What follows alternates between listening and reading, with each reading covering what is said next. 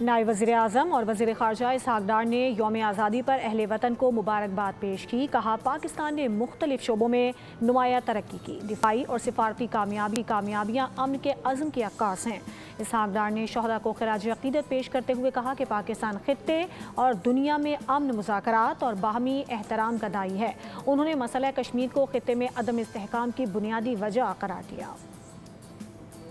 اور غازیوں کو سلام پیش کرتے ہیں، انہوں نے وطن عزیز کے دفاع اور ملک کے امن و استحکام کے لیے سرحدوں کے اندر اور باہر سے درپیش دشمنوں کے خطرات کا مقابلہ کرتے ہوئے لازوال قربانیاں دیں۔